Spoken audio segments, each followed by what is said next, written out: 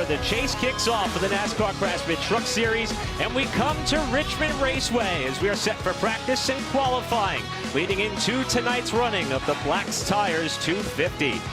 Trucks starting to roll off and hit the racetrack as they will have this only session to try to perfect their vehicle before tonight's event as we inch closer to championship time. Alongside of Michael Waltrip and Regan Smith, I'm Eric Brennan, happy to be with you at a racetrack that we have seen undergo a lot of change over the last few years. And Mikey, as this track evolves, the way that drivers approach it is certainly a little bit different and way more technical than it used to be. You know, as a race car driver, you are going to be looking for perfection, like you said, but you're not going to find it. This place is worn out, it's slippery, you're going to slip and slide, the grooves are going to be all over the place. So when this session starts, if you start with your truck where you want it to be, I expect these guys will run out 25, 30 laps and just feel what these tires do as the fall off takes over. There's going to be a tremendous amount of fall off tonight, Regan, and right now these guys are practicing in the middle of the day and they're going to race at night. How do you go about that? Well, the good news, Michael, we do have cloud cover, so that's going to help out a little bit, but you're exactly right. This racetrack, very temperamental when it comes to temperature and weather when you're out there. So the crew chiefs are going to be trying to balance,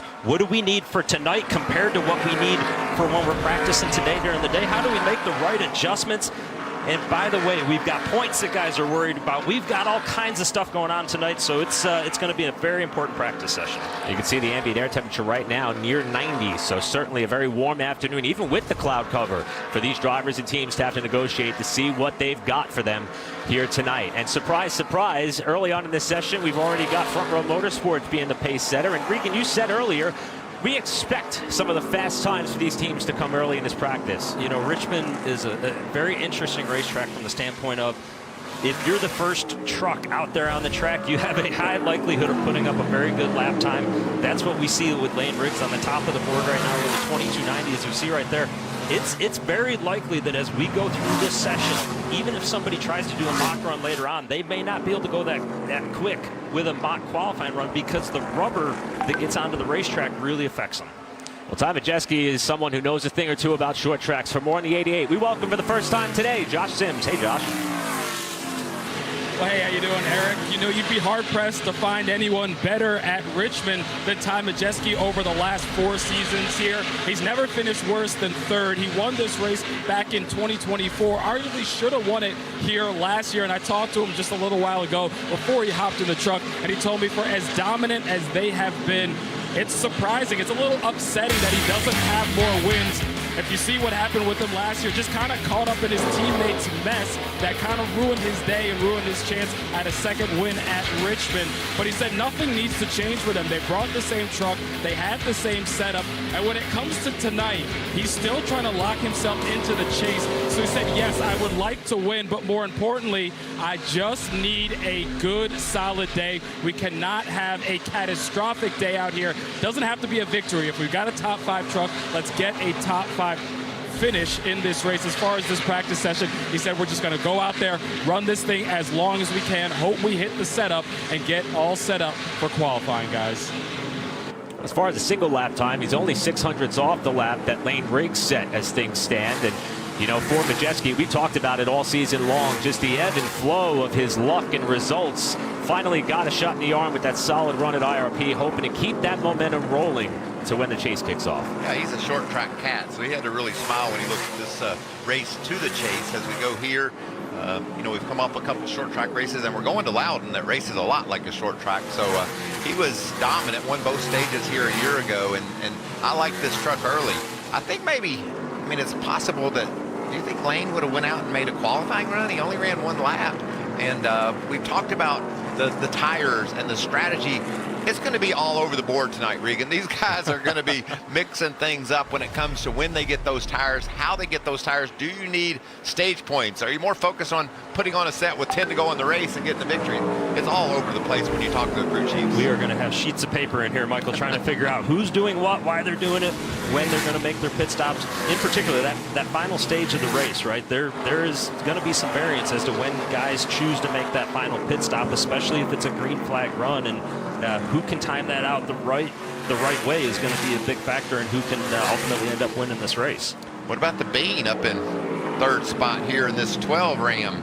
That's a good start to this session. We saw we've seen speed out of the Rams lately. The finishes don't seem to quite be there, but Brendan's still in competition for a place in this chase. He's certainly has a chance to get that done. It's got good speed here early. Needs a perfect night tonight, right? He's got a little bit of a gap in terms of the points to make up, and you know, we saw this with the Ram trucks at Indianapolis Raceway Park a couple weeks ago, that they were very good at the start of practice. Maybe didn't quite translate to the race. So the goal now is going to be, how do we translate that to the race? And home game for Brendan Queen too, not a bad thing. There's a lot of Virginians in this event tonight. I think the most drivers from the state of Virginia ever to start, or hopefully start. You know, we got 3 more trucks than we got spots for them in the race. So there's going to be some trucks go home. We'll follow that story closely too as we get ready to go qualifying. Yeah, largest field that we have had since Daytona in terms of 39 trucks trying to make the show tonight. 36 will be able to do so as we check in on Caden Honeycutt. The Tricon Garage number 11. Some exciting news for Caden this past weekend. Announced that he and his wife are going to be expecting their first child. They're expecting a baby boy to come along. I posed a question to Caden. Any concern of that young man wanted to be a racer one day? And he said not at all. So excited for him and family. I have to imagine Caden would welcome that and would definitely want to have that happen. And all 3 of us in here are fathers, and what a special moment that is for the first time. Yeah, that's just a great way to share with the world what you got going on. That couple obviously very much looking forward to the arrival of baby Honeycutt come February, and we wish them all the best. Caden right now 4th quickest in his session, comes into the race 2nd in championship points, still looking for win number 2 after the breakout win at Watkins Glen earlier in the season. Caden right now on his 14th lap, clicking off his 15th lap on the racetrack, and one of those trucks that as soon as the green flag started, Michael, you alluded to this, that you thought a number of guys would go out there and try and get a good 30-40 lap run in potentially, and evidently he is pleased with that number 11 truck right now. Otherwise he wouldn't still be out there running. He'd be asking for an adjustment, and running some pretty good lap time so far compared to the other trucks that have been out there the whole time. Yeah, you got to give a shout out to Casey Klein there in the 5th position. The 27 truck, he ran his fastest lap on lap 2. He only ran 5 laps, a short run. A lot of these guys will be making sure they have the speed it takes to go qualifying in a little while, but everybody else in the top 10 is running her out, except for Lane. He only ran 1 lap, and I'm thinking he's probably switching over, taking some tape off, and getting ready to make that long run on those scuffed tires. Not a bad idea, Regan. You know, when you qualify, you're going to scuff your tires, and then you're going to start the race that way. So pretty solid plan, I think. Well, when you have an experienced driver like Lane Riggs, you can do that. You know, you can basically say, hey, I know the line that I need to be. I know where my marks are on the racetrack that I want to hit to do a qualifying run right away. And if you think forward to tonight's race, they're going to start on tires that have laps on them after qualifying this afternoon. So we're just over 8 minutes into this 50-minute scheduled practice before qualifying for the NASCAR Craftsman Truck Series here at Richmond Raceway. Top 9 have already eclipsed the pole speed from last season. More to come when we come back.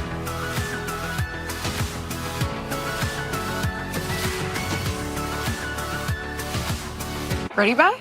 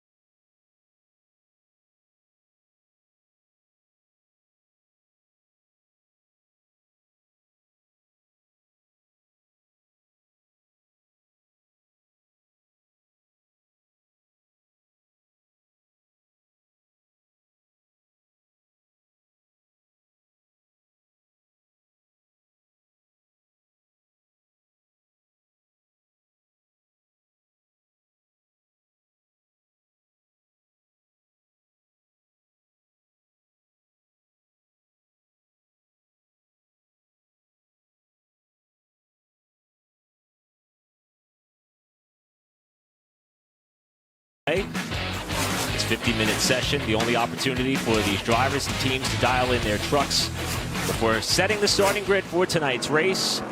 And a lot of emphasis being put on this cut line here as we are 2 races away from seeing who will have the shot to race for a title, and it is tight. Yeah, as you look at the bubble watch there, it is nervous times for some of these guys right now as you look down through the list there, and you see it's an 8-point separation from 10th to 11th. Stuart Friesen and Tyler Ankrum right now, and the guy we're looking at on the racetrack, Daniel Hemrick, only 6 points to the good himself, and a tough go of it a couple weeks ago at Indianapolis Raceway Park for him. Had the trouble during the race, ends up with a 34th place finish, and man, just really didn't want to give up those points. But early on in practice, Michael, a good start right now for this team. Currently 8th quick. He's been out there since the practice begun on his 27th lap, or starting his 27th lap right now. And you know, as we mentioned earlier, wouldn't be out there continuing to feel this truck out if there wasn't something in it that he didn't like, right? He's running it because he wants to see where it's going to go, how it's going to transition as it gets laps on tires, and definitely a guy that could use a big night tonight, and a good short track driver, right? That's the one thing that we always forget about with Daniel Hemrick. I know it hasn't been great as of late on the short tracks, but he is very good at places like Richmond. And he's now just completed his 28th lap. He and Caden Honeycutt have completed the most laps around this racetrack. You see Grant Enfinger in the 9 truck, and if you're Daniel Hemrick, Enfinger's only got 3 or 4 less laps on his tires, so being able to chew up Hemrick like Enfinger did, that's a bit of a concern. Something that he's probably maybe not necessarily loving right now as he sees that. And you know, it's so weird though at Richmond, and you know, it's like I do, there's times where 3 or 4 laps further into a run can actually look like that, right? Yeah. And that's why we see such a variation in pit strategies as this race will play out tonight, is because those 3, 4, 5 laps on tires, you know, from one run to the next, it could be enough as the run gets into it to where you really backside, you know, you make your time up on the backside of that run instead of the front side. And definitely something though, I'm sure he's looking out the window thinking, what's his truck doing that mine's not? Yeah, and if you compare him to Caden Honeycutt, who has run the same amount of laps, Caden had about 0.2 of a second over Hemrick there. So obviously a lot going on. The teams understand where they're at, but just not quite the speed you were hoping for when you unloaded, for sure. Well, when you think about the state of Virginia and some of the talent that has come from this area and this region, you got to think about a driver who we weren't sure we were going to see again in NASCAR competition, making his first truck start since 2011 and first NASCAR start since 2019 in an O'Reilly Auto Parts Series race. How about Elliott Sadler jumping in the Ram All-Star truck tonight? It's going to be fun to watch Elliott. He's from this part of the country, and just very, I know how much he's looking forward to giving this a whirl. We've seen a lot of our fellow Cup drivers, Regan, that you and I race against, come down and give this a shot. The results have not quite been what anyone had hoped for yet. And so Elliott's got to think, maybe I can do better than those other cats, and that would be a win for him, I think. I am incredibly excited for Elliott this weekend, and to have his family there, to have his kids there, and you know, I heard something he had mentioned about earlier this week about when that window net goes up, that is my favorite part. Well, that window net's up right now, and he's getting those competitive juices flowing out there in that truck. And Josh, only 2 laps so far. He's getting ready to head back out on the track, though. Yeah, Regan, the first part of practice has not gone the way Elliott Sadler has wanted in his return. Missed about the first 10 minutes of practice. They had a fuel pump issue, so they had to change that out. He went out, came over the radio immediately and said he was on the splitter too much. He asked if he should just grind it out or if they should come in and adjust it. They elected to come in and adjust it, but he had not yet gotten up to speed, so hopefully he can do that here, as no, he's turning back. It looks like coming back to pit road again, guys. Yeah, that's a concern right there, Josh. Not even able to get up to speed really, and understands that still isn't where he needs it to be. Man, I just got to tell you, Regan, when I look at these trucks, whether it's a Ram or a Toyota, whatever it is, the art that they are, the way these teams just construct the bodies and take advantage of every bit of aerodynamical space they can work in, and just you can see the back ends all shifted around, and that beautiful Ram paint scheme. That's just a good-looking ride to me. I love watching these trucks race. Those trucks definitely stick out, and we see Elliott rolled right through pit road, Michael, and straight back onto the racetrack. So not exactly sure what they've got going on here that he's feeling out right now. Maybe, maybe still having some issues with that fuel pump. But this is a worst case scenario. As it looks like now he's getting up to speed there. So worst case scenario for Elliott, he waits and all the build up to get back out there, and problem. Okay, now we can go. Now we can finally practice, and I can start, knocking that rust off, because it has been quite some time since he's been in a vehicle. And there's nowhere to hide. You saw Elliott come out on the racetrack, and truck after truck is occupying his space. He's trying to stay out of the way. He's trying to get up to speed. But earlier he was also having trouble getting into high gear. I think he's achieved that now. So get some laps here for Elliott and see what he thinks.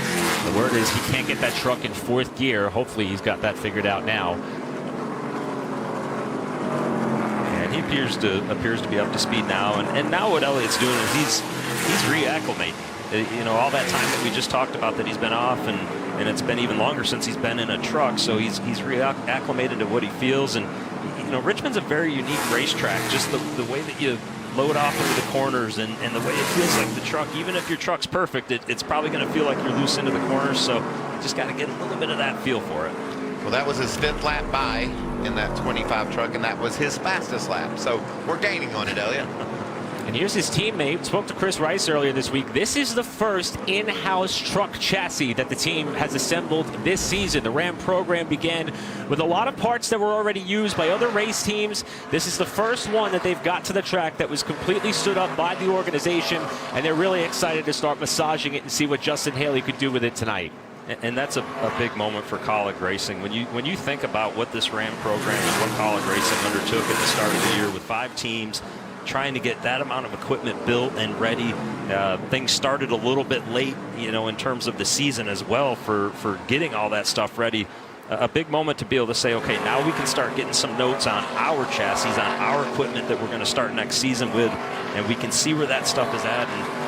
And something that I'm noticing right now, Justin Haley in the 16 truck, I don't know that I anticipated anybody quite that high up the racetrack this early in practice right now, Michael, but maybe a good sign for later if that upper groove is already something they're utilizing. Yeah, I talked to a couple of drivers earlier today, and everybody said it was going to be all about wrapping that yellow line. Yep. That's exactly where you want to be, but Justin's looking around saying there might be some grip up top.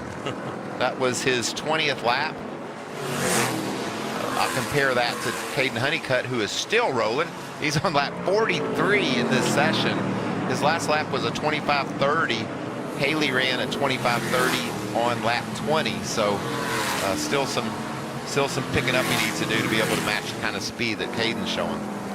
Coming up on a half hour to go for the trucks to practice here at Richmond. Riggs, Majeski, and Brendan Queen, your top 3.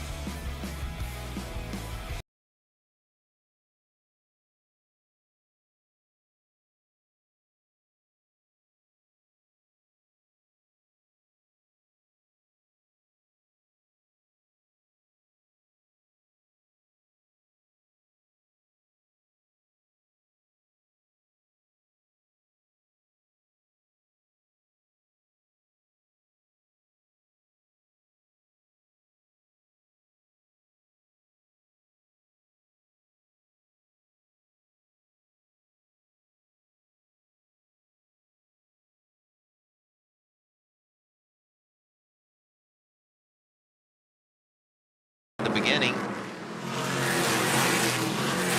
Now, as far as his teammate Chandler Smith, he's down 34th on the pylon, but he hit 4th on the pylon, but he, as far as his teammate Chandler Smith, he's down 34th on the pylon, but he hit the racetrack on the session. If you're a Chandler Smith fan, I would not be too discouraged about where that truck sits right now. No, not at all, and it appears that was a planned decision by this team, right, to wait for just a little bit. There's always two thought processes when you get to Richmond, one of which is, hey, let's go out right away and put up a quick lap and just see where things go. Another thought that a lot of teams and crew chiefs sometimes, which is, hey, let's go out right away and put up a quick lap and just see where things go. Another thought that a lot of teams and crew chiefs sometimes have is, let's give it 10 minutes. Let's wait and see what happens. Let's let some rubber get on the racetrack, and that way we know kind of what the track's going to feel like as we get further into things. Now, Michael, the challenge with that is when you get out of your truck at the end of practice and you look at the scoring pylon and you see your truck number down in 34th as it is right now for Chandler Smith, you've got to be a very emotionally sound race car driver to be able to look at that and say, hey, I don't care what the number next to the truck is. It's really good. I like how it's driving. It's doing exactly what I want for tonight. Well, just like last year, Regan, I'm seeing a lot of speed from Tom Majeski, both in the 5-10 lap averages, his lap times out on 28 lap tires. So far, just apples to apples, I don't see anyone matching what Majeski's doing. Said they got the same set. That too is no surprise. No surprise at all. Yeah. Oh, he already said they got the same setup. Josh said earlier they got the same setup, same truck, same everything as a year ago. And I love this ride that we're taking right now with Chandler Smith, and you just see, you know, what the drivers are going to be battling here tonight and how meticulous he's trying to be with his line. And my favorite part, when he gets to corner exit, just listen to the throttle and how smooth he's trying to be right here. And just squeezing it down. Spin those tires at all. Those tires will be your friend tonight, or they can be your worst enemy if you don't treat them nicely. Pretty cool seeing Nick Lights up in the top 10 on our scoring pylon, and he's also 5th in the 10-lap average. So good speed for the one truck as we continue to ride with Chandler as he's trying to do what we said earlier and just wrap that yellow line. Look at all that hand movement. So cool to watch. Regan, do you still want to go race a truck when you see these guys doing this from on board? Absolutely. Yeah. There's not one time that I don't see this and I'm like, oh, that looks like so much fun, and how, you know, how much do you miss it, right? And that's why we're seeing guys like Elliott Sadler, and we saw Clint Boyer do it, Jamie McMurray, some of our colleagues earlier this year hop back in a truck and go out there and have some fun. And you know, it just I think the biggest question, Michael, is every single one of them that does that, you probably worry, how good am I going to be when I get back out there? I don't want to look bad. Yeah. Chandler continues to make laps. Casey Klein there right behind him in that 27. He went out and put up a nice lap early, Regan, and this team's one of the teams that needs to qualify in on speed. So being able to accomplish that early, I think, was a bonus for Casey, because now he knows, okay, I have the speed on the new tires. Let's just fill out what we've got on the longer run. So when we make this race, which you got to feel like after running a lap like he did up in the top 5, you know, when we make the race, what are we going to have in the longer haul? They've been able to check a couple of boxes in this session. I think that confidence for him will be, you know, a big part of qualifying, right? Knowing how that speed correlates, how it feels when you run that particular lap time. I'm curious, though, Michael, if you're the crew chief on this truck, right, as we get towards the end of practice, do you think you put a set of sticker tires on this? We've got one extra set this weekend. Do you put that set of stickers on there and make a qualifying run to make sure your driver knows exactly what it's going to be like going into qualifying? I think you have to. I mean, if you're one of the trucks that is in jeopardy of missing this show, you got to do everything it takes. And that team will, I think they will do that at the end of this session. Well, how about the driver, the Spire number 77, who just turned 16 years of age just 11 days ago, and tonight is going to be the second youngest driver to race in the NASCAR Craftsman Truck Series. The youngest was Casey Atwood at 16 years and 6 days. But look at the resume of this young man, also a Virginia native. It's just been crazy impressive to watch what he's done. Look at there, 12 years old. Won on the Cars PLM race. 3 ARCA wins, won a huge race this week in Berlin. The battle at Berlin. That victory, I mean, 16 years old and winning at Berlin. I've heard about that track. I've raced at that place, but I've heard about my whole life about what a tough short track that is. he mastered it when he was 16. You just look at the the accolades that Tristan McKee already has at this young age, and you start to see why there's so many people that are really excited about him in the garage area. And here we see Berlin from Wednesday night, and it was an absolutely stacked field that he had to go out there and race against, and did a great job to get the win in the number 5 car there. And I happened to catch the very end of that race, Michael, and when you think about the fact that he beat Bubba Pollard, we've heard his name in some Xfinity Series races or O'Reilly Series races, and how good he has been in places like Richmond, but then also, across all the short tracks. Carson Hocevar finished 3rd in that race. I think Ty Majeski was 4th. So a stacked field of guys, some of which he's out there racing against right now in Ty Majeski. Well, and there you see Parker Eatman just ahead of him in that 42. Finished 12th, I think, at North Wilkesboro. Very, very solid run there. And first time he's started anything here at Richmond. And so these laps, his eyes have to be wide open, but decent speed. You can see him holding off McKee there as they race onto the older tires. 41 laps for Eatman in that 42. He's from just down the road in Wilson, North Carolina. Nice start to the short track season here with that big 12th place finish up at North Wilkes. And I like this strategy for Parker Eatman. And you just mentioned 42 laps. Well, something that any of these young guys that have not been to Richmond tonight are going to have to figure out is what is that balance in terms of tire management, and how hard I can push these tires early on in a run. When are they going to give up? How much will they give up? What's it going to feel like when they give up? And the best way for a young driver to really get that knowledge and that understanding is to run a lot of laps, and that's what they're doing. We talk about the amount of laps these drivers are turning. You can see here just what the impact of the added track time could do to the stopwatch, as you see the differentiation in Eatman's laps from his 11th up to his 43rd lap as he continues to circulate the racetrack. Now, Parker, the last 2 weeks, was involved in late model stock races at Hickory Motor Speedway. It was in contention for the win in both of them. The most recent one here was the Cars Tour race last weekend. This courtesy of our friends at Flow. Watch Eatman in the white number 4. He's going to have a car spin in front of him, and that's ARCA points leader Jake Bowman up into the window net of Eatman's car. Parker had to climb out of the right side of the machine. He was very composed and calm, and in fact, they ripped the bodywork off the left side, and he finished the race. Unbelievable effort for this young man, who is now making his first of the next 5 consecutive short starts through Charlotte, for him to have a chance to potentially prove his talent and pace even more so. Well, it's so impressive to be able to hop back in that car after that happens. There's nothing worse as a racing driver than seeing a car coming over the side. Ready, bye?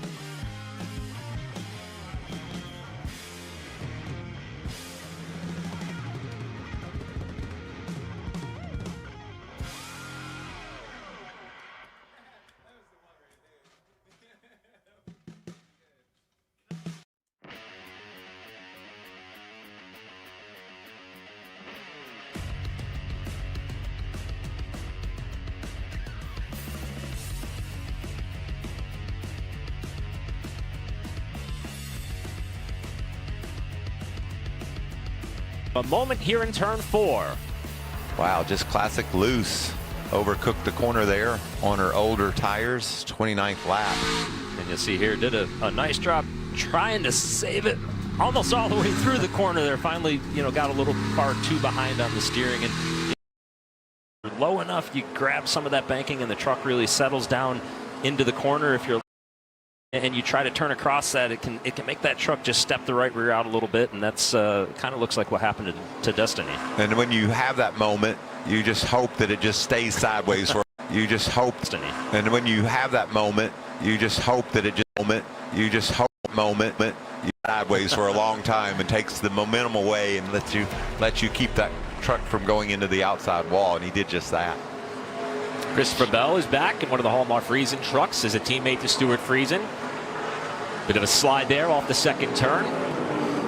50 laps so far for Christopher in that beautiful 62. See that pit road entrance there? That's a little bit different this year. They moved it a little closer to pit lane, about 75 feet. That means that on a green flag pit stop, it'll be easier to access pit road. We've seen a lot of action around that little orange box there, people trying to get under it. And that's something we just saw Christopher Bell doing right there. He did a hot pit entry, and a lot of times in the Craftsman Truck Series races, we don't necessarily think that we're going to have to see that, and guys are going to have to practice that. But the way this race has gone in the past, we very often see green flag pit stops in that final stage. So good for the drivers, and Christopher Bell being a veteran driver within the Cup Series, and knows that he's going to want to check on that and see how it's going to feel, just to make sure with that adjustment you just talked about, Michael, that he knows exactly what his marks are and what his points are to get to pit road. The first day is 70 laps, Regan, and I find this really interesting. That 11 truck, he went out and ran 71 laps in a row. He ran exactly the amount of the stage. So this team, he liked his truck. We talked about that at the opening. You go out, you like your truck, you're going to make a long run.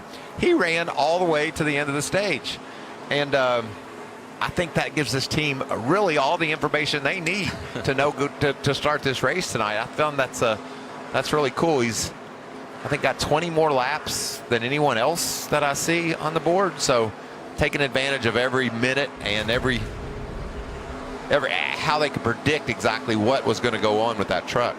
And what I think is cool, Michael, is his quickest lap was on his second lap at 23:13. And if you look at that 71st lap, 26:25, I'm going to do some quick math and say that's a little over 3 seconds of fall off, and that's why the drivers and teams love coming to Richmond so much. Right there is that reason. That fall off really can put it in the driver's hand as a run goes on. And there's a formula, Regan, as to when that caution flag flies. These engineers know exactly how long that third stage is. If the caution doesn't fall, how long they got to run and pit and pick up those 3 seconds a lap and gain all that time back and even a little bit more. So the computers are going to be smoking tonight. They've already scienced it all out about when those stops could happen, but then you go to all the trouble to figure that out, and then as soon as you pit, the caution comes out, you're like, oh no. Inevitably, something always changes. Something's going to change it dramatically during the course of the evening. Toyota Racing on board with Stuart Friesen, who's got us very close to the pavement here in turns 1 and 2. Let's go down to Josh. Well, I want to pose a question for the guys in the booth in terms of Mikey and Regan, because during the first part of this practice session, a lot of the drivers were coming over the radios and reporting brake shake with their trucks. Now, why does a place like Richmond tend to lend itself to that brake shake that these drivers have been battling during this first part of the practice session, guys? Well, I'm really curious to hear that we are already hearing them talk about that, Josh, and Richmond, one of those tracks, right? Heavy braking, getting into the corners. The brakes get really hot. Then you have the straightaways where the brakes cool down, and it is a constant battle there. I can't tell you how many races I ran at Richmond to where the brakes would start shaking, and it's because of that hot and cold nature of what happens. And you're always trying to match up the temperature to the pads and make sure that everything's just right in terms of how it's going to be grabbing. And Michael, the worst thing that you can get is brake shake, right? Because when you have brake shake, no matter what your truck is doing, that's all that you're thinking about, all that you're feeling, and that's the first comment that you say on the radio. Yeah, that's a balance thing that you just try to figure out how much tape to put on the brake ducts, how cool you need them, how much heat you need to build in them. So a lot of trial and error when it comes to that. That's all if you put too much brake tape on put too much tape on the front of the truck, then next thing you're saying is my brakes aren't shaking, my pedals going to the floor, which is equally as bad. Well, the time for teams to see if they can dial that in is starting to wind down. Just under now, 13 minutes remain in practice for the NASCAR Craftsman Truck Series here at Richmond Raceway. We'll put a bow on practice and head into qualifying when we come back to Richmond after this.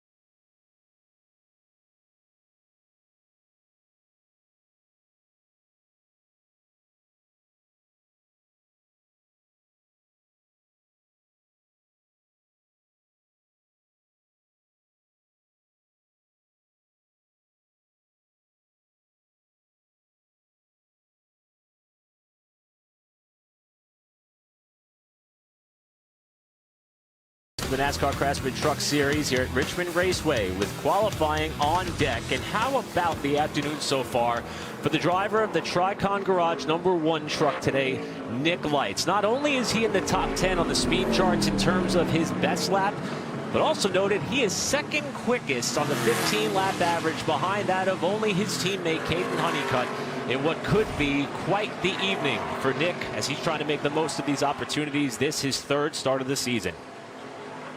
Yeah, just, you know, I think that when we first saw him jump up there in the top 10, right, we talked about it early in the show and how good that lap was, but to have that long range speed and to be able to be second quickest in the 15-lap average, you know that Nick wants to have a great night. This is a home game for him as well, Chesapeake, Virginia, and a fantastic opportunity for him in this one truck, Michael, and doing everything he can so far to make the most of that. Got to, like you say, you want to check some boxes, and he's got everything's gone well for this team, this truck. Started the season off with an 11th place finish at Daytona. Ran at North Wilkesboro. Top 20 there. He's looking for a lot more tonight, though. That's his 45th lap around the track. The reason why I keep reminding people of the laps, it's so important, is, you know, the exclamation point to that story is what Caden Honeycutt did.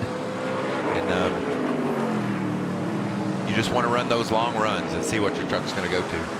We are starting to see the sun peek out from behind the clouds a little bit, which could also maybe give these drivers a bit of a false sense of what they may be working with going into qualifying, and especially the race later on tonight. It's been mostly overcast for the most part of the session, but it seems as though that's starting to change a little bit as we check in on former champion Ben Rhodes. And if you ever wonder at home, how competitive is the Truck Series and why is Elliott Sadler 38th? Well, champion right here, Ben Rhodes, 44 laps in, he's 33rd quick. I mean, Stuart Friesen just had him, Chandler Smith, Shane Van Gisbergen is 36th. These drivers are talented, and a lot of them, Regan, I think has to do with the fact that they're a bunch of short track racers. When you get to the Truck Series, you come from the short tracks. So even though you haven't driven a truck, you've driven about everything else there is on a short track, and you just have that comfort level. Yeah, that comfort level, you know, for all these drivers, Michael, a big part of it. And you know, I think another part of it also, this is a very stacked field tonight. We've got a number of just extraordinarily talented race car drivers in the field. And Josh, what are you hearing on that 99 of Ben Rhodes? Well, yeah, Ben Rhodes is one of those guys trying to lock himself into the chase with this practice session, not gone the way he has wanted. Early on in the session, he came over the radio, said he was just lacking turn in that truck. And then later on, he's been dealing with that word, guys. Brake shake has been the issue. They came in, made several adjustments, went back out, said the brake shake is still there. You see him right now 33rd on the board as the 99 tries to get things back in rhythm out there on the track, guys. Thanks, Josh. Wouldn't say that he's necessarily been hemorrhaging points, but Rhodes has lost 28 markers to the cut line in the last 3 races. Still 43 to the good going into tonight's race. We'll wrap up practice from Richmond next.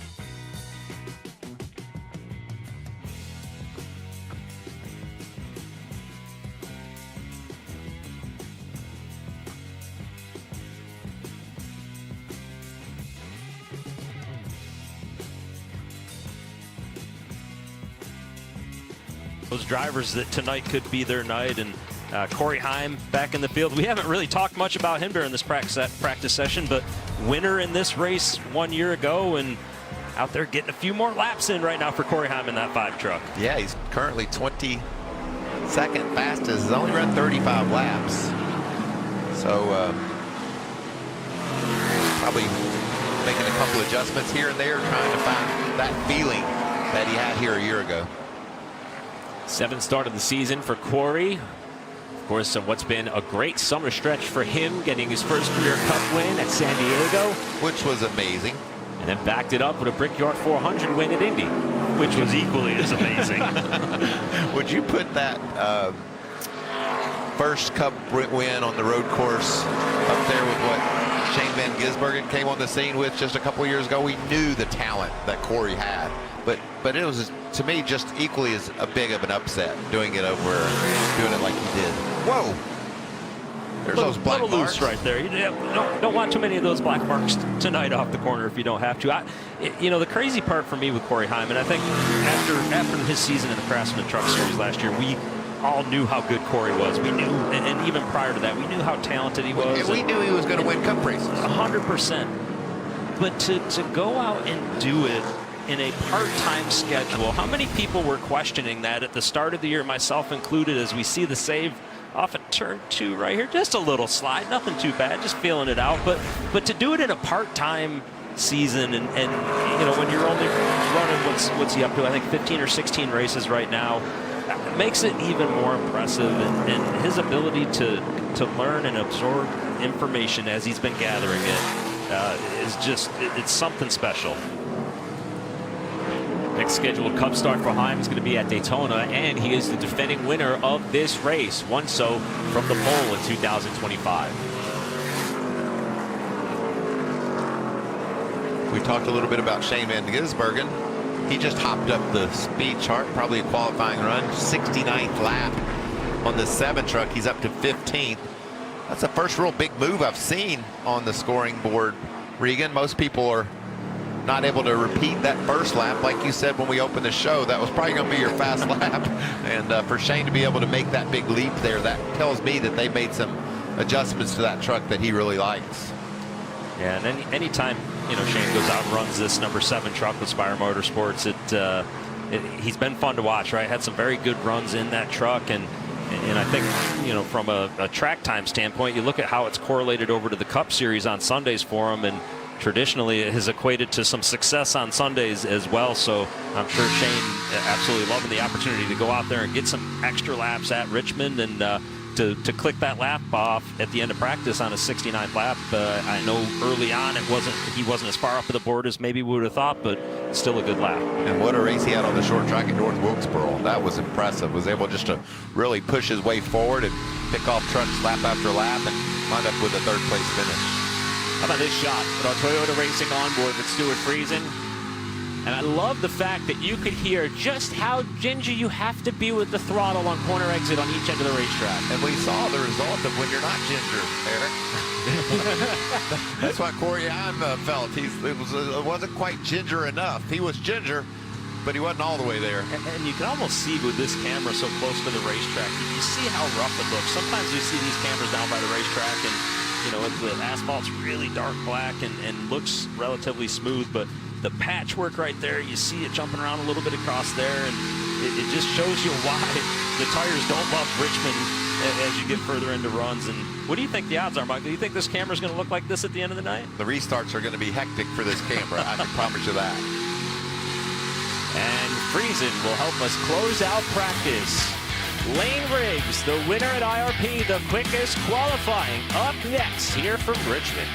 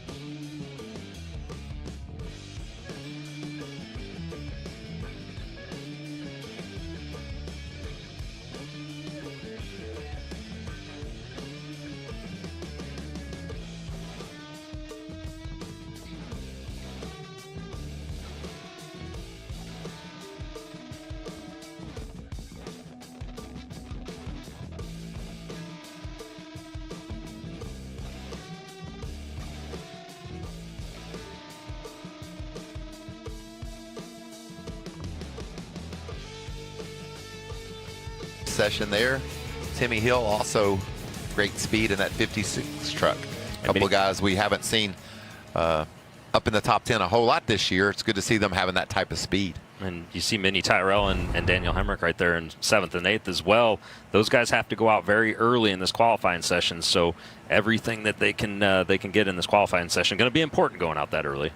And you can see why it is so important. Last year's race, the top 4 finishers all started up in the top 5. This could be one of the more imperative sessions of the season. Let's go down to Josh. This feels like deja vu with Lane Riggs top of the board after practice. I talked to your crew chief, Dylan Capella, earlier today. He said you guys have been knocking on the door of getting a win here at Richmond. You feel like you got something to do that later tonight? I thought I did, and then I watched some S&T of Majeski, and I think he's got us all waxed tonight. He is really, really stout. This is his racetrack for sure. So I feel like we were obviously top of the board. I was kind of going out early, green track, new tires, just getting one good, clean lap in, and just my long run pace, the way the balance trended, I wasn't really happy with it. I think we're a top 5 truck, but I don't feel like we have what it takes to win right now. We're definitely going to try to go to work here. Everybody from Motorsports does a great job at bringing good equipment to the racetrack. We just got to get that little bit tuned in. And so good to be back in the yellow truck. Lowe's Travel Stops is back on board this weekend, always an iconic paint scheme. And Richmond, a kind of home track for me, a few hours from my hometown. So I know I got a lot of fans that are going to be coming out tonight. I'm going to try to make some adjustments and see what we can do with the 88. You got a chance to lock up the regular season championship. What does that say about what this team has been able to do on a consistent basis so far this season? With plenty of racing left, I know, but what you have done on so far? Yeah, not quite there yet. We'll be close. Hopefully after tonight we could clinch that up. I just think that our consistency is really paying off this year. I feel like earlier in my career I kind of fought consistency issues, hitting my marks every time we have a good run, bad run, back and forth. And now I feel like I just really know what I need at all places to have a solid day every single day. Smarter, and just feel like I've matured as a race car driver, and the team's matured as an organization as a whole. So just really proud to be a part of it right now. We're firing on all 8 cylinders, and so hopefully we can get it tuned up and connected tonight. I don't know how Chandler was, but this is also his racetrack as well. I think the top 3 is going to be me, Chandler, and Majeski. We'll see. All right, appreciate it, and good luck in qualifying, Lane. Don't you love, Eric? I love love. Yeah. And Lane loves. We all love love. Well, Lane just handicapped the field for us. We'll see if he can grab his 4th straight pole. Qualifying from Richmond on the other side of the break.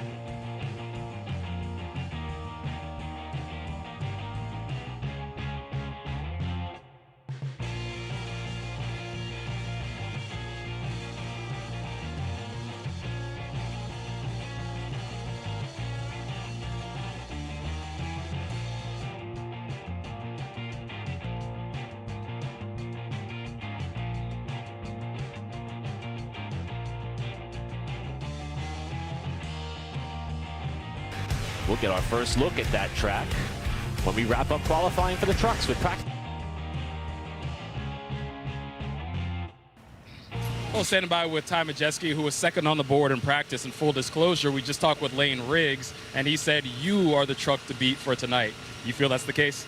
Yeah, I don't know. It's a good start, Josh. Obviously, a lot of work left to do today.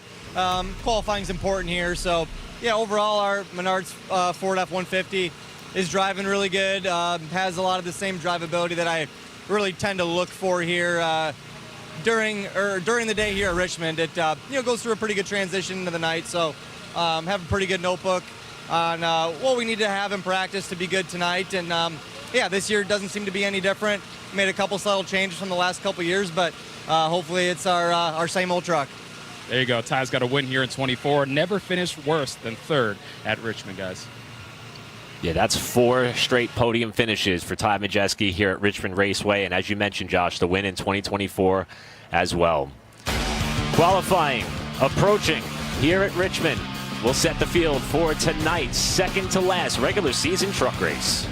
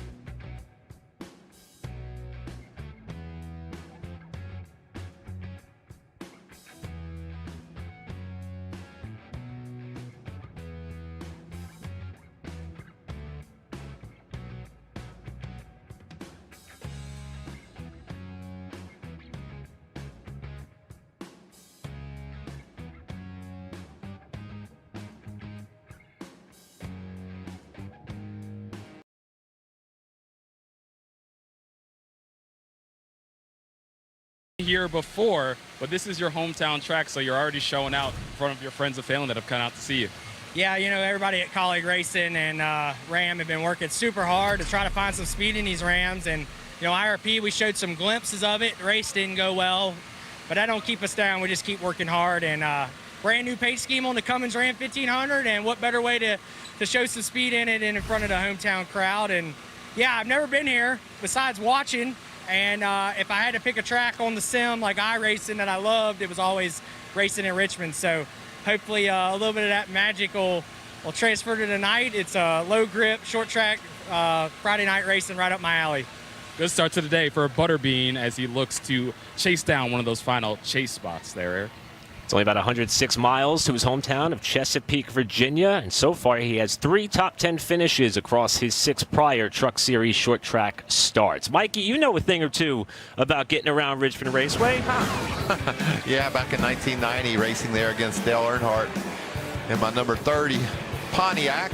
Was able to pass Dale late. The funny thing about that, taking that checker flag, Regan, my car didn't get there in time to practice, and the series director said, well, you got to practice or you can't race.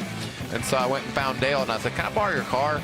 And he said, sure. And I made a couple laps in the car, so I was eligible to go qualify. And then he came up to me after the race, and he said, you butthole, you wouldn't even been in the race if it weren't for me. I was going to say, do you think you felt like it was a mistake as you passed him for the win at the end of the race there? Good oh, stuff. man, those are some fun memories back in the day when we'd run the Busch Series on Saturday and then the Cup on Sunday, and all the top drivers, you know, come down and did it, and it was so fun to go out there and be able to mix it up with the heroes. That's the way these truckers feel, you know, when Christopher Bell shows up to go racing and Shane Van Gisbergen. These are the guys they want to be like on Sunday, and to be able to mix it up with them on a Saturday or a Friday night here in Richmond, that means a lot. And the best way to see where you stack up is to compare to those guys. And I just love the old images and clips of like you going out there and winning at Richmond and seeing the cars back then, and you know how far we've come, and how perfect these race trucks all look out there as they get lined up for qualifying right now. And definitely some fun memories. That was fun to see you out there out front again. Yeah, that was cool. Well, this is big right here. These first few trucks that go have to put down a great qualifying speed. This the top 31 make it on speed. This 90 truck with Carroll, he wasn't great in practice. He knows that it's all about this 2 laps and probably the 1 lap. Just getting it done here right away. Justin has got his work cut out for him to try to put this truck in the show. See Justin, another one of our drivers from the state of Virginia, looking to make his 3rd start of the season. Oh, overcooked that corner there. And it's not looking good. No, that's just energy. That's just trying to give it all you got, but he gave it too much.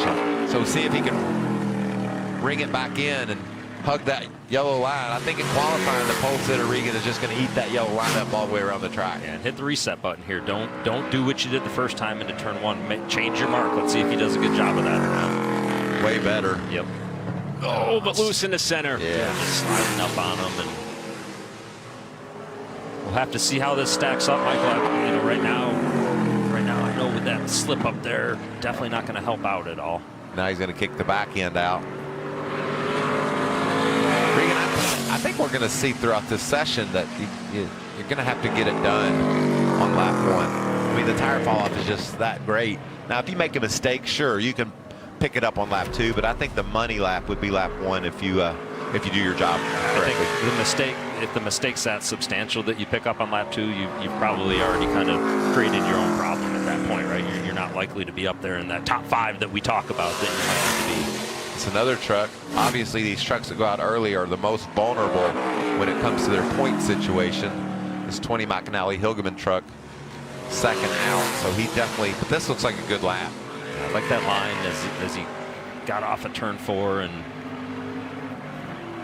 good time so far for Mason Massey. Actually picked up a 10th right there from where he was in today's earlier practice session a little while ago. He's got some momentum on his side. Came off an ARCA West win that was an absolute thriller just 1 week ago out at Portland. Hoping to parlay that here into what will be his 1st start of the season. Haven't seen Mason in a truck since New Hampshire of last year, as Massey, in fact, improves on that 2nd lap. Yeah, that's a nice job for Mason Massey. Two trucks in, and what we were talking about, Michael, about having to do it on the 1st lap, he already just proved this wrong, just that quick. Here's Connor Hall, another hometown opportunity for a driver who cut his teeth in late model stock cars. In fact, the look of this truck was a surprise for Nice Motorsports leadership as it replicates the late model stock car that he still races at his home track, Langley Speedway. In fact, he won there just last week, while also celebrating a crew chief win with Matt Gould on the Nice Motorsports late model program. Just about 0.5 of a second off of Massey on lap 1. On lap 2, you can see on the bottom right of the screen a much better turn 1 and 2 for him. He gave a little bit up off of 4. Let's see if he can correct that on this lap. This is another truck that's going to have to time his way in as they're dangerously close to what could be a bit of a bump zone with where they stand in owner's point. 2nd lap, much quicker About a 10th and a half for Connor Hall on lap 2 at the track that he scored a top 10 in his series debut race here at Richmond when he first strapped into a truck. Regan, he ran a 23.84 with a 5 in practice, and then he just ran a 23.84 with a 2. A little bit better. And nothing wrong with that. That's a good lap. Destiny Spurlock, who had a spin earlier in the practice session, trying to lock her way into what could be her second career Truck Series start, both of which would come this season. See, she got into turn 3 a lot better than when we saw the issues in practice. A little bit lower on her entry to it to try and help that out. Still going to have to find a fair amount of speed on this second lap, I think, to be able to race tonight. Well, as a rookie just figuring all this stuff out, every lap counts. So you think maybe she has the opportunity to pick up here on lap 2. Learning what she felt there, getting the confidence of the fact that she had the thing turn around under her in practice. She's able to pick it up. She does gain that 1 spot, so that could be critical as we get further into qualifying here with some of the other trucks that have to go or not race tonight. Caleb Costner coming off of a big win. Guess where, Eric? Where? Alaska. Oh, wow.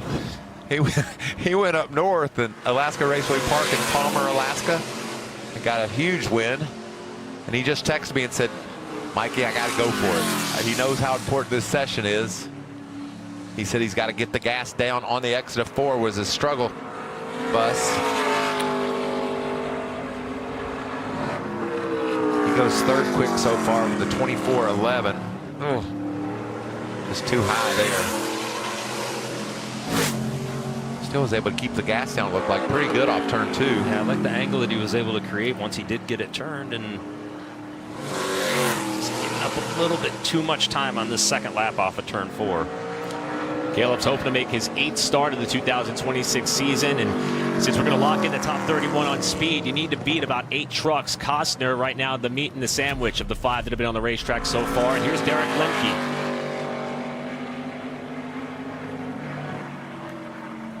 Minnesota driver. And you see the line that Derek took through 1 and 2 there. That's kind of where you want to be, right? That's the line that I think, you know, as we get to the trucks towards the end, that maybe you'll have a shot at the pole. We'll be running in a decent lap for Derek on lap number 1. Yeah, he's second quick. He was 20th quick in that first in our practice session earlier. So 22 truck not only looks cool, nice paint scheme, patriotic number 22, but also has some good speed. Lap 2 appears to be tracking even better. We'll see if he can hold it off 4. Starts to swing the other way for Lemke. Oh, he backed the corner up, though. I like that. Rallied. How about that? Lemke putting himself in a pretty good spot to potentially make the show. Just needs a few more trucks to join him on the other end of the scoring charts as Chris Wright rolls a number 81 to the green flag.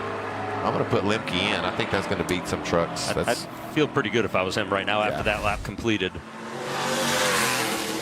But the trucks are just going to continue to get faster, better and better, you know, with their situation where they finished through the matrix that lines up how we go qualifying. First lap for Chris Wright is going to put him 4th in what is his first truck start at Richmond since back in 2021. In lap 2, you can see already looking much better for Chris than what that first lap was, and we're starting to see a trend here of these lap 2 times being a little bit better for a lot of these guys. It's going to be close here. Oh, great pickup. Up to second. 1/100th of a second off of Lemke. Frankie Muniz. 8th truck to hit the track. Another driver out of the Team Rayome camp for Frankie. Be able to start definitely locking in trucks moving forward from here. Frankie's got a decent lap going. You got to love Frankie's passion and how much he loves being out here in this truck series, what he's doing out there, and Definitely asked for a little bit more in turns 1 and 2. Didn't quite hold it through the middle of the corner, Michael. You saw it go green for just a moment, then right back to red, unfortunately. Yeah, he didn't come to the green for some reason for lap 1 like I thought he might. So this could be better since he got off turn 4. Basically ran the same thing. So Frankie will remain 6th of the 8 trucks that have been on the racetrack so far. The short track program for Frankie has been a bit of a learning lesson for him so far in his Truck Series career, as we see the Rackley War number 27 driven by Quincy Washington's Casey Klein, this very impressive short tracker up in the Pacific Northwest of the country. Now trying his hand on the Truck Series side again with this Rackley War organization. I like that line, Regan. He had it really low in 1 and 2. Struggled a little bit coming to the green, but right down there on that yellow line. See if he can get to the green, to the white flag better than he did to the green. And a lot of pressure on this young man's shoulders, knowing that this truck is second worst in terms of owner's points coming into this race as he slides it off turn 2, with this being a part-time effort for the Rackley War organization. He's going to give up the ghost here on lap 2 and rest on that 24-19 with a 2. Yeah, not sure why he did that. It looked like he was tracking to be just a little bit better on that lap than what he was on the first lap. So have to imagine there was some sort of a problem with that truck in order for him to have kind of lifted off of it that late in the lap. We'll get it down to the flat as we see Spencer Boyd. Yeah, definitely going to be worth paying attention to that with Klein as to what took place, because it could be very close right there for him. A child's wish on the side of Spencer Boyd's number 76. Spencer always does a great job with his team, getting great partners on board and bringing attention to a foundation that grants children with challenges opportunities. Great story there. We'll share more about Spencer and his efforts with this organization and team later on tonight as Boyd comes down to complete his run 5th on the board. So far, Derek Lemke is the quickest, ahead of Chris Roberts.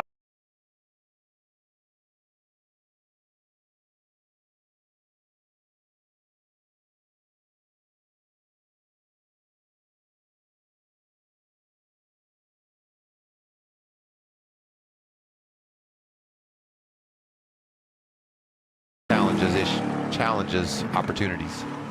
We'll share more about Spencer and his efforts with this organization and team later on tonight as Boyd comes aboard. So far, Derek Lemke is the quickest, ahead of Chris Roberts.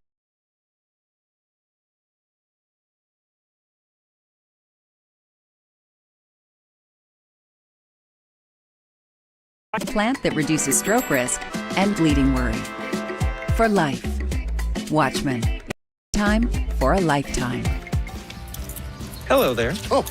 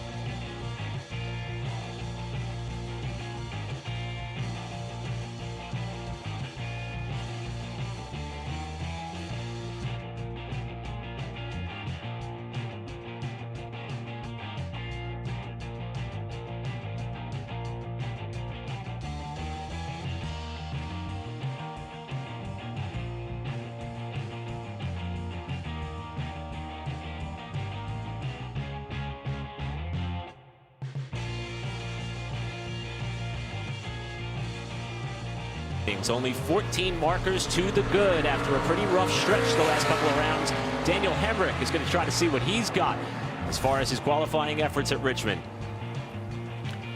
Daniel had a good practice session earlier. He was 8th quick in practice, so looking to do everything he can to back that up. And we've talked numerous times, Michael, about the importance of this qualifying and this lap. You see right there, a little sideways off of turn 4. Hopefully that doesn't cost him too much time.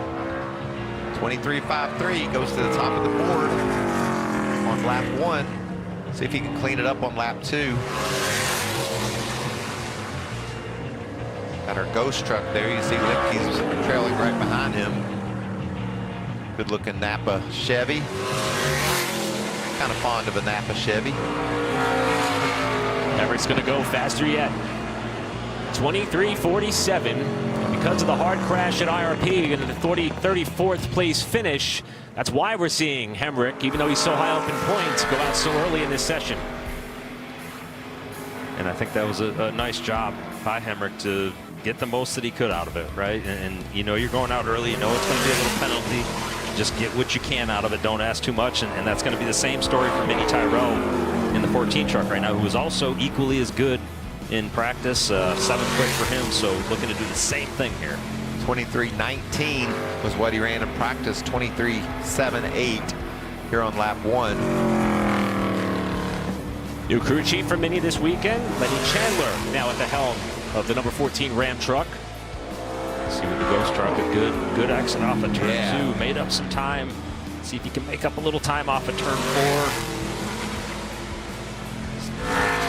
Quite on that second lap, as much time made up. Regan, if you had that ghost truck out in front of you in real life, how far would you overshoot the corner if you watched? Every single corner, no doubt about it. That's why we don't put those out there. Chasing that stupid thing, make you crazy, wouldn't it? Landon Lewis, who has had a tremendous run every time he has strapped into a truck so far in 2026, with the exception of last time out at IRP. Pretty much wrong place, wrong time. After Hemrick got turned, the truck came right up in front of him. Talked to Landon during the week, and he said he is really enjoying the opportunity to work with this team and Phil Gould, his crew chief. And we'll see what Landon could do here. The runner-up at Lime Rock, 3rd on lap 1. Like his run to the green flag off 4 was not what he hoped for. So probably a better exit there off turn 4 is going to give him an opportunity to grab the fastest time. He's right there. Oh, little slip there late. Just a little bit late in the corner, yeah.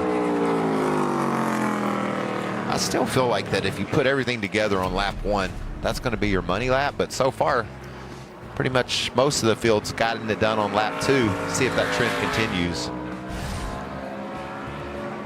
And I agree, Michael.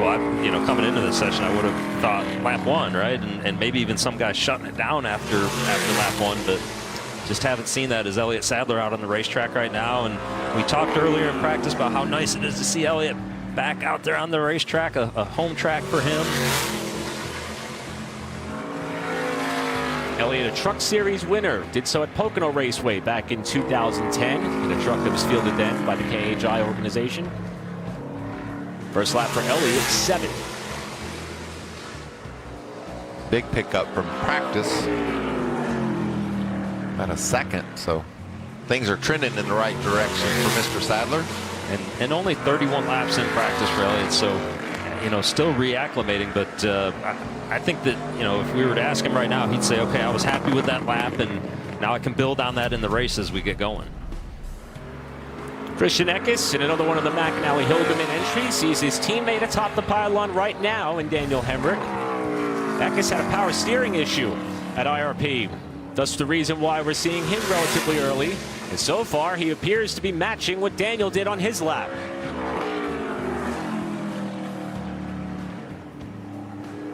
So important to tuck that left front right down on that yellow line and see if you can just squeeze a little bit more gas to it. 23.55. Just about less than a 10th off of his teammate.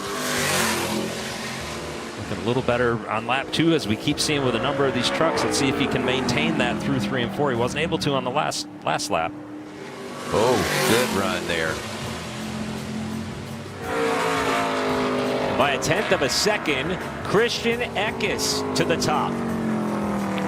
IRP snapped a 3 consecutive top 10 streak that Eckes had, trying to get back on the right track. Here's another driver who cut his teeth throughout short tracks, both stateside and north of the border, Cole Butcher. What did Cole do with his time off between our last race and now? He went to Nova Scotia and raced. Took Rich Lucius with him. As you should. They went north of the border for some late model racing. Cole been doing a nice job this year, and in qualifying has really, you know, I know a number of times that he clicks off laps and we look and we think, wow, how good of a lap that was. And lap 2 here. Looks like he's doing it again. Just a little bit, yeah. Butcher, who just missed the top 20 at IRP, finished 23rd there. He's going to hop up to second, it looks like. Put him 4th. So tight up there at the top. Butcher becomes just the 5th driver who stands on their speed from lap 1 of the 16 that have been on the track so far. This truck was really impressive in practice. Timmy Hill not only had a good single lap speed, but some good long run as well. Beautiful number 56. We saw Timmy make a mock qualifying run towards the end of practice to try and get that feel for the truck, try and know where the grip was going to be, exactly how it was going to be for him. Oh, look at that. Right there. And that's going to be a great lap for Timmy, and I got to imagine that's going to guarantee he's locked in, I think, as we get to tonight's race. So great job by him. Richmond's been a good place for Timmy in terms of truck starts. He has a top 10 finish here that came back in 2020. See if he can go faster yet on lap 2. And Timmy will also see his first lap be the best as he slots into 3rd. Great run. There's Corey. Has his big kickball classic coming up in October for his charity foundation. It's always fun. You ever played in that, Michael? I did. Played in it last year. They invited me when I told them I'd bring the beer. Well, that's kind of what we do on a nightly basis here. Oh, good lap. Corey LaJoie to 2nd. Finished 5th in this race 1 year ago. That was his only Truck Series start here at Richmond.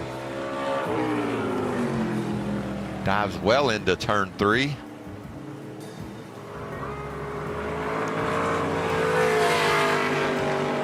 He's going to be more like what we expected. Lap 1, the lap of record for Corey, and a really good lap for him there. And we'll see how that holds up as this qualifying session goes on. But got to think Corey's going to be pleased with that. Here's the Black's Tire truck running in the Black's Tire 250. Always good when the sponsor of the race is the sponsor of your truck. Maybe a little added pressure, right, to tell you to just get after it just a little bit more, knowing the importance to Black's Tire. Tanner's still looking for his first career top 10 finish at Richmond across 6 starts prior. First lap, however, Tanner's going to be pretty solid. Puts him into the top 5, 4th. See those patches there? Talked about this asphalt aging and wearing out. All those are challenges these drivers and teams will be facing. Oh, like right there.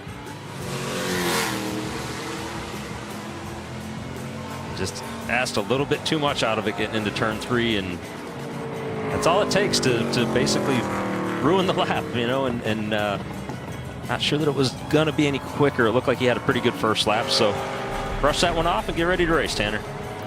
Jake Garcia. Here's a driver who really needs to have a solid night as far as stage points and finishing results. Minus 32 from the cut line for the driver of the Thor Sport number 98. He's got to be leaning on Ty Majeski and those guys about how can we get better here and do the job we need to do to be able to work our way into the chase. Good first lap. And Jake was really good here 1 year ago, Michael, and you know, with that 32-point separation tonight, it could be the night that either determines if he's going to have a chance to make the chase or not. I think he's got to gain some points tonight to go into New Hampshire next weekend and feel good about it.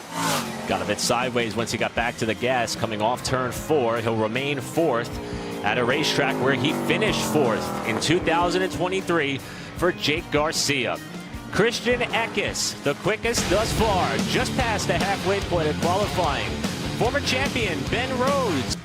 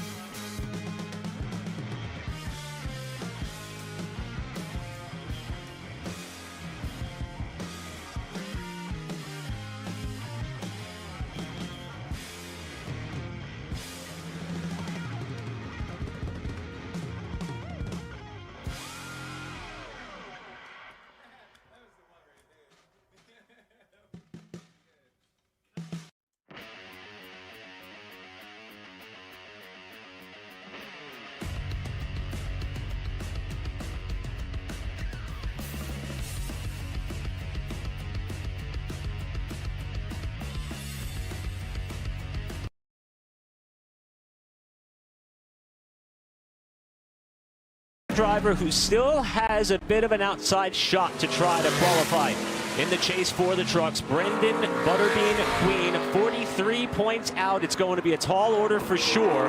But the driver who grew up around Virginia short tracks here for the first time ever, seeing if he could back up the time that he laid down in practice. Looked like a great entry to turn 1, but lost a little bit in the center of the corner. See if he can tidy up turn 4. You know, we debated earlier about first lap versus second lap. So far of our top 6, 4 of them were faster on lap 1. So it's just about a toss-up so far. Yeah, I definitely think, you know, if you need to, you can go out there on lap 2. We saw Christian Eckes do it, right? Who's the pole sitter right now, and pick that speed up just a little bit. So good for the drivers to know that it's there to be able to do that, as Brendan Queen is trying to do that right now. Goes a little bit faster, but doesn't move up the scoring pylon any. Stays right there in 9th. Right there with his Ram teammate Minnie Tyrell, who rounds out the top 10. Here's Dawson Sutton, the Rackley War number 26. He had good speed in practice. He was 6th fastest at a 23:15. Just a little bit of a correction off of turn 2 there. Might cost him a little time. Looked like he was just chasing the back of the truck just a little bit there on the exit. A little wide there too, wasn't it, Regan? Oh, yo! Same thing off of 4. Now that's going to hurt both laps. Loses that momentum taking the white, then you got to try to get it all back. And that's a challenge as a driver, not to overdrive turn 1 when you realize you're trying to make time up immediately. Then you try to drive it in a little bit further, and usually compounds the problem. Giving it a go, but wasn't able to gain any spots. And I think you hit the nail on the head, Michael. That once you come off of turn 4 sideways, it's going to be very difficult to, even though we went just a little bit quicker, you don't have that momentum as you sail it off into turn 1. Next up, Justin Haley, who has 9 previous Cup Series starts here at Richmond. This will be his first in a truck. Brand new chassis, in-house chassis for Colleague, this Ram truck, so I know they're really interested to see not only how it qualifies, but what they can learn on it as the night progresses. And that was a solid really good lap. Yeah, you could just tell that thing didn't bobble a bit. Justin doing his job behind the wheel, giving it all he's got and keeping it tucked low. About 3 thousandths off of his teammate Corey LaJoie for second. We sort of saw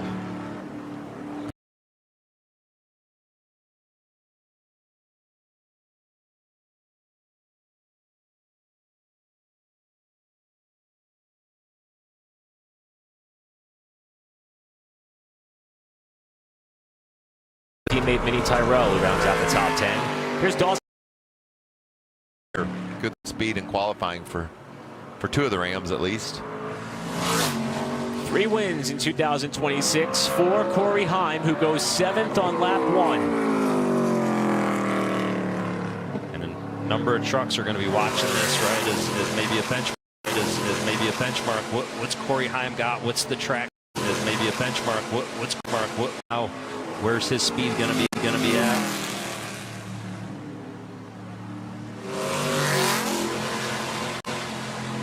He's going to pick up. Before, yeah, all the way to second. Yeah, that's a great pickup for Corey Heim after that. After the first lap, maybe a little further down than we would have expected. So nice job by him. Parker Eatman. Again, this is the first of what will be 5 additional starts in the Nice Motorsports number 2. I talked to Parker during the week about this opportunity, and he said he has gelled with his team so quickly. And longtime supporter and partner Vetted Ventures has been with him all the way through, and he has put his talents on display several times already in his young career. This will be his first attempt in a truck at Richmond. What a lap. And he's second off the jump. Just a great job by Parker, and if he can find that little bit more, which it looks like he's going to here so far, if he can hold it through 3 and 4, this could be a fantastic starting spot for him. He's already got a fantastic starting spot. That's a good point. He just wants a better one. Even with a slide to the line, Parker Eatman jumps to the top over Christian Eckes. That's a 23-29. Well, he certainly got my attention at IRP. I mean, he just did a phenomenal job. The strategy got a little bit off during the race. He just kept working away at it and came home with a finish in the top 15. Had speed, though, did a great job. Yeah, and we talked about him a lot for all the right reasons. It's because he was passing trucks and he was finding ways around, and gonna back that up with a great qualifying effort here today. Here's Ben Rhodes. Already has a pole this season. Came to Texas earlier in the season. Lap 1 for Rhodes is going to put him in the top 3. Good first lap for Ben, and as we've been seeing with a number of these trucks, goes off into 1, went in the green. Unfortunately, he went so far into the green that it didn't carry it off at turn 2, just gave up a little bit on the exit. What about Ben? He was 34th in practice, Regan. We said don't look at the practice times. It could be completely different when we start qualifying. And we know that's the case here because of the different ways these teams approach practice. The fact that we're practicing and qualifying in the sunlight and we're going to race in the dusk into the evening. Lime Rock winner Grant Enfinger. Eric, I just love that race. What an amazing job Grant Enfinger did all day long and wound up winning at Lime Rock. And I promise you, he wouldn't put that on the top 2 or 3 of where he might get a win this season, but he did an amazing job. That was after he almost ended up in the parking lot in practice going off in that final corner. Enfinger with the West Virginia Mountaineers on the truck, 4th on this opening lap. We're still 2/10 of a second off of the pole speed that Corey Heim laid down in 2025. That was a 23 with a 0.9. Enfinger tracking. Has had to get off at turn 4 and go to the top. What a nice job of adjusting through the corners. Nice job of adjusting through the corners. Move-in week up at West Virginia, and Enfinger just moved up into that top spot.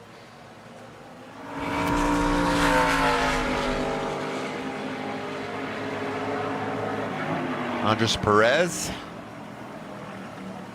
4 top 10 starts, always shows good speed. Wouldn't be surprised to see this cat hop up there on the top. Perez, another one who still has a chance to crack the top 10 in points, but he's got a lot of work to do to make it happen. First lap, 3rd. You talk about the points, talk about what they have to do to make that happen. This qualifying, you know, jumping up to 3rd and possibly even going a little better here on lap 2, that can play a big factor in getting those much needed stage points. Oh, and we saw him just slide up a little bit too much in middle turns 3 and 4 there. And gave up what he gained on the entry to 3 because of it. Perez, the former ARCA Menards Series champion, will move up to 3rd in what will be only his 2nd Richmond start in a truck.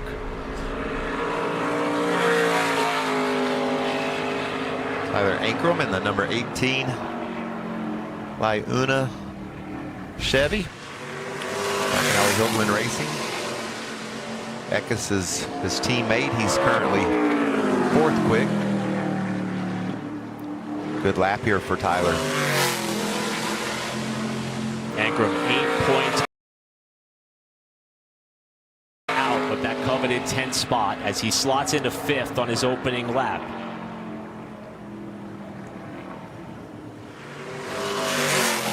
He's finished in the top 10 in half of his Truck Series starts here at Richmond, 3 out of 6. But he's never finished worse than 13th across those 6 starts. So probably the best track for Tyler to come to if he's looking to make up ground in the points. And as he comes to the line, he'll pick up 1 spot over his teammate to move to 4th. And that was another good pickup, right? Every spot's going to matter. We talked about earlier our top 4 finishers a year ago, so it's really important. Gio Ruggiero for Tricon Garage. Got that first career win at Talladega at the end of last season. Still looking to crack victory lane for the first time this year, but he did clinch his spot in the chase at IRP last time out. Eric, he's finished all but 6 laps during the course of this 26th season. That's, you think about crashes and carnage that we see a lot of times in the truck races. He's been able to avoid all of that for the most part and has finished all but 6. That's amazing. Comes into this race with the longest active top 20 finishing streak, 13 straight in terms of dodging all of that trouble that you referenced, and he gained 6 spots between lap 1 and lap 2. Ruggiero to 6th.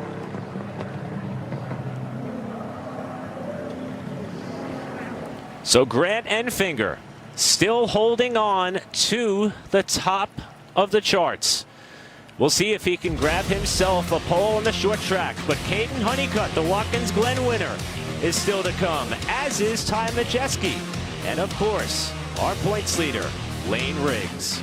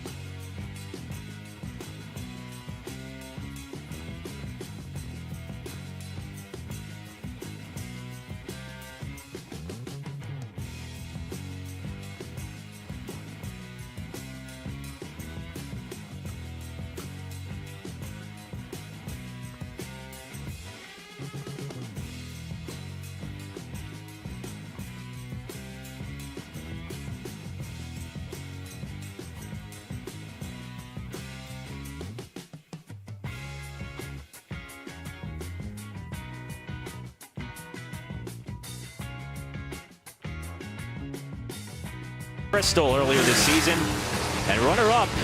He would hate to hear this, but for the 7th time on the Cup side last week in Iowa, Christopher Bell back into 62.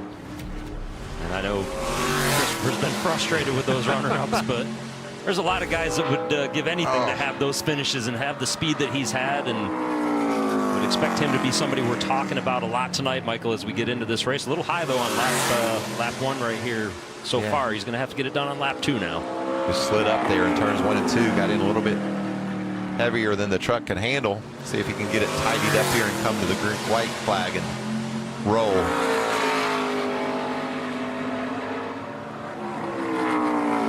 th on lap 1 for Bell, but looking much better here in 1 and 2 on his second go around. I'm going to say he wins tomorrow night. Calling that now? I'm calling before practice, before anything, just going for it. I like it. Going to pick up here on lap 2 a little bit. Up to 9th. And it just looked like he didn't have quite the grip he was anticipating, you know, on both laps through turns 1 and 2. He made the adjustment in turns 1 and 2 on the second lap, and we just saw it tracking in the red. And Stuart Friesen, his teammate, going to go out right after him. Not a lot of time to get notes from your teammate when he goes out right after you. How many dirt races do you think he's won since we last saw him racing a truck? How many has he raced? That'd be my question. His wife beat him one night. I saw her celebrating in victory lane. That's pretty cool.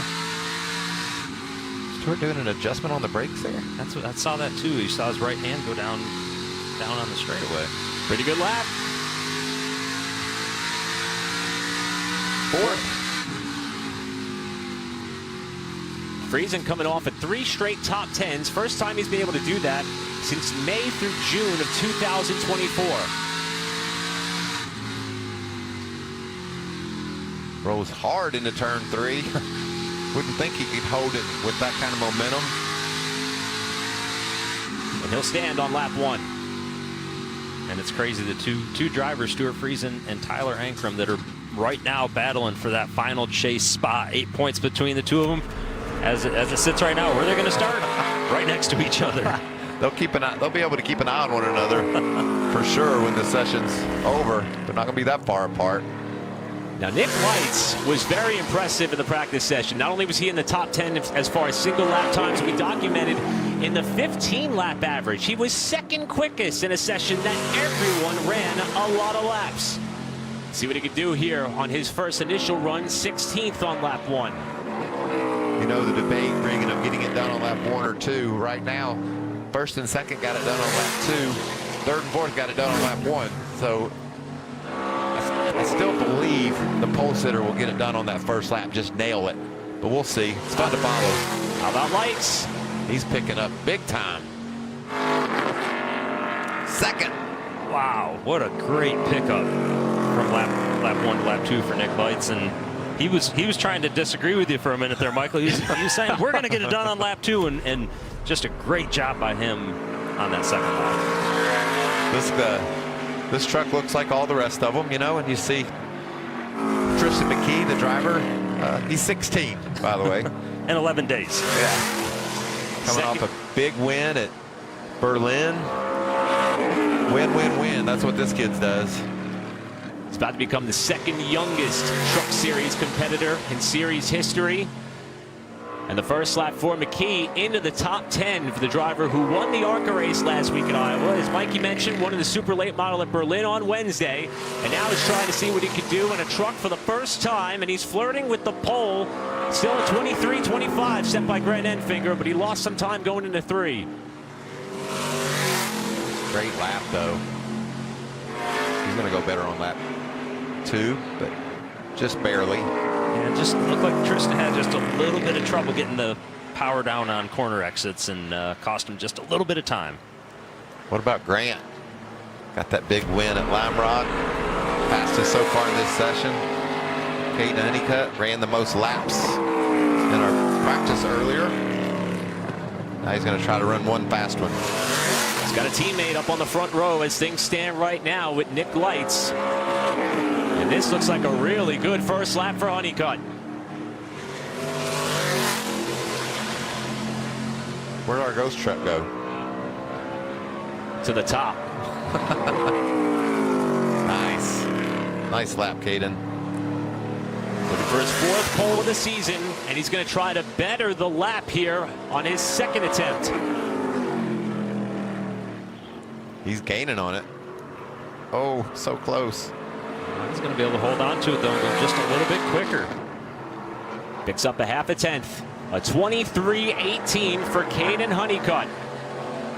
With just 4 trucks to go. And 4 really fast trucks. It's going to be a fun couple minutes here as these guys work through their laps. Ty Majeski, we heard what Lane Riggs had to say about that truck in practice. Felt like it was the class of the field, and lap 1 so far going really well so far. See what turns 3 and 4 hold for him.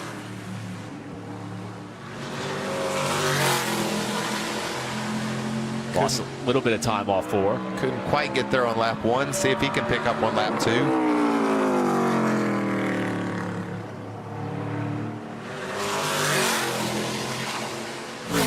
Oh, this is going to be close. It's going to come down to just a little bit of slip up or not in 3 and 4. For a driver who's never finished worse than 3rd in a truck race at Richmond, Majeski hoping to get a good launch down to the checkers, but it's not going to happen. He'll remain 5th. Just a little bit slower there on lap 2. Chandler Smith, he had a differing strategy in this practice session earlier. Didn't go out till 10-15 minutes in. We feel like he's going to be one of the trucks you got to beat tonight, Regan, for sure. There's a driver that you want in your vehicle at Richmond. Chandler Smith is the guy. When you look at the wins in the O'Reilly Series and right now his qualifying lap going well for him. 3 and 4 seems to be just a little bit of an issue for all of them. Really getting that grip off the floor right now. It just looks like the sun's beating down on it. They're struggling, Michael. First lap for Chandler is going to put him in 4th. And we heard Lane say this is Chandler's place. Just like we said, Regan, 2 O'Reilly wins, a Truck Series win here in 2022. Can he add a pole in 2026 to that resume? Gonna be close. 2nd. So even though this truck was way down in the running order in practice, 35th on the speed charts, we said not to worry about it, and he backed that up. This is a guy that made a late run in that practice session and popped all the way up in the top 15. See if he can translate that into this qualifying session. Look at that start. 4th start of the season for SVG, and he is on a bit of a flyer right here. Oh. To the line, Van Gisbergen in the pole. Wow.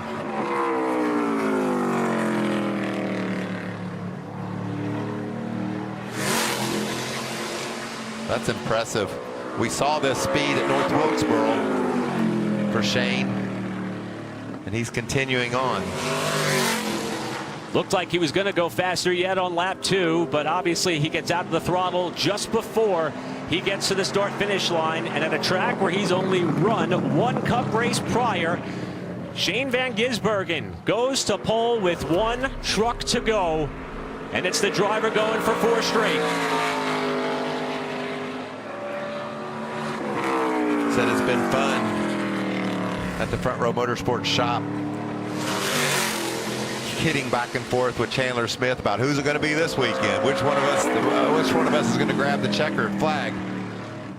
This looks like a really good lap so far for Lane. Just looks smooth everywhere. Just a little bobble in 3 or in 4 there.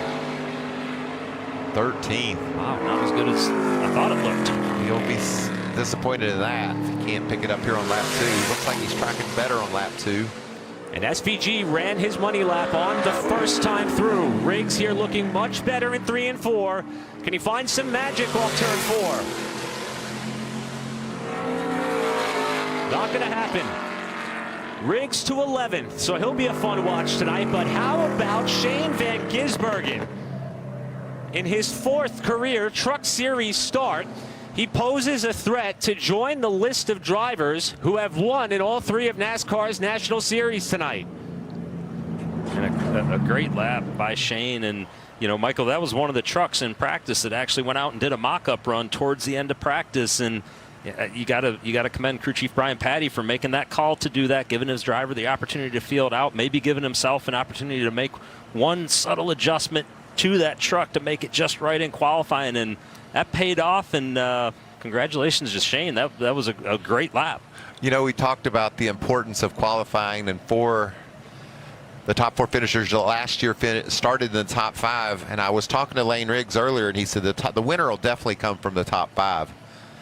Lane's starting 11th, and the guy that he said was going to be the dominant truck, Tom Majeski's starting 7th. So I bet he's changing his story now, saying we know we can win. It's just been a fun practice and qualifying session. All the dialogue that SVG is so good on road courses, improving on the ovals. That improvement continues. How about this? Josh is with our pole sitter.